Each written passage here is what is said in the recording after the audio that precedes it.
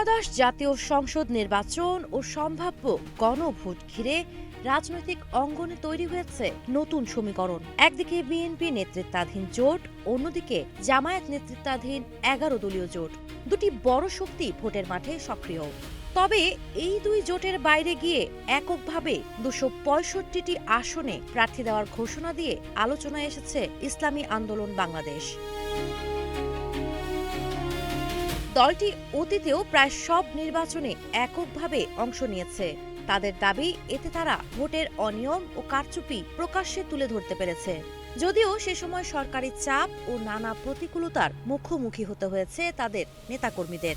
জীবন অবাক না করলে কে করবে? 28% মিল্ক ফ্যাটের অবাক করার সাথে ফ্রেশ মিল্ক পাউডার। জীবন অবাক করুক প্রতিদিন। এবারের নির্বাচনেও তারা প্রথমে জামায়াত নেতৃত্বাধীন জোটে থাকলেও আসন সমঝোতা ও আদর্শিক মতপার্থক্যের কারণে সরে আসে। ইসলামী আন্দোলনের সহকারী মহাসচিব মাওলানা আহমদ আব্দুল কাইয়ুম জানিয়েছেন, প্রায় 30টি আসনে জয়ের লক্ষ্য নিয়ে তারা সাংগঠনিকভাবে কাজ করছেন। একই সঙ্গে তিনি নির্বাচনী পরিবেশ নিয়ে উদ্বেগ প্রকাশ করে লেভেল প্লেইং ফিল্ড নিশ্চিতের আহ্বান জানান। দলটির দাবি, মাঠ পর্যায়ে হাত পাখা প্রতীকের পক্ষে 13 থেকে 16% ভোট পাওয়ার বাস্তব সম্ভাবনা রয়েছে। তবে তাদের কৌশলের কেন্দ্রবিন্দু শুধু নিম্নকক্ষ নয়, সম্ভাব্য উচ্চকক্ষ। প্রস্তাবিত কাঠামো অনুযায়ী গণভোটে অনুমোদন পেলে 100 আসনের উচ্চকক্ষ গঠিত হবে সংখ্যানুপাতিক প্রতিনিধিত্বের ভিত্তিতে, অর্থাৎ জাতীয় নির্বাচনে যে দল যত শতাংশ ভোট পাবে উচ্চকক্ষে প্রায় সেই অনুপাতে আসন পাবে।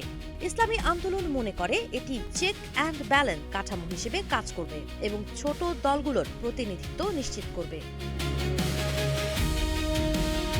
ঢাকা বিশ্ববিদ্যালয়ের সহকারী অধ্যাপক আরিফুল ইসলাম অপু এই সিদ্ধান্তকে দীর্ঘমেয়াদী কৌশল হিসেবে দেখছেন। তার মতে, এককভাবে নির্বাচনে যাওয়ার মাধ্যমে দলটি নিজেদের প্রকৃত শক্তি যাচাই করতে চায়। যদিও বর্তমান বাস্তবতায় দুই বড় জোটের বাইরে অবস্থান নেওয়াকে ঝুঁকিপূর্ণ বলেও উল্লেখ করেন তিনি। তবে জুলাই আন্দোলনের পর দলটির সমর্থন বৃদ্ধি এবং স্বতন্ত্র পরিচয় ধরে রাখার কৌশল, এই দুটি এই সিদ্ধান্তের পেছনে কাজ করছে বলে বিশ্লেষকদের ধারণা। স্বল্প মেয়াদে বড় সাফল্য না এলেও দীর্ঘমেয়াদে একটি স্বতন্ত্র ইসলামী রাজনৈতিক শক্তি হিসেবে নিজেদের প্রতিষ্ঠাই সম্ভবত ইসলামী আন্দোলনের মূল লক্ষ্য।